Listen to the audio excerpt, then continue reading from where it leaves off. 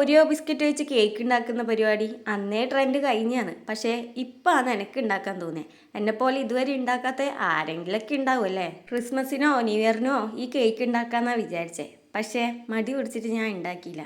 അതിന് വേണ്ടിയിട്ടാണ് അപ്പുറത്തുനിന്ന് ആ കേക്കിൻ്റെ ട്രേ തന്നെ വാങ്ങിയത്. അത് നേരത്തെ വാങ്ങിയത് നന്നായി. അതുകൊണ്ട് ഞാൻ അതിൽ വട്ടയപ്പം ഉണ്ടാക്കി. സംഭവം പാളിപ്പോയാലോ എന്ന് വിചാരിച്ച് ഞാൻ ചെറിയ 2 പാക്കറ്റ് ബിസ്ക്കറ്റ് മാത്രമേ ഇപ്പോൾ എടുക്കുന്നുള്ളൂ. ചട്ടി പ്രീ ഹീറ്റ് ചെയ്യാൻ ഞാൻ നേരത്തെ വെച്ചിനെങ്കിലും ചൂടായിനൊന്ന് വെറുതെ തൊട്ട് നോക്കിയതാ. കൈ നല്ലോണം പൊള്ളിപ്പോയി ഗൈസ്. കേക്ക് ആവാൻ എന്തായാലും 10-40 മിനിറ്റ് എടുക്കും എന്നറിയാം. എന്നാലും എൻ്റെ ഒരു തിരക്ക് ഞാൻ ഇടയ്ക്കെടുത്ത് കിള്ളി നോക്കുന്നുണ്ട് എന്തോന്ന്.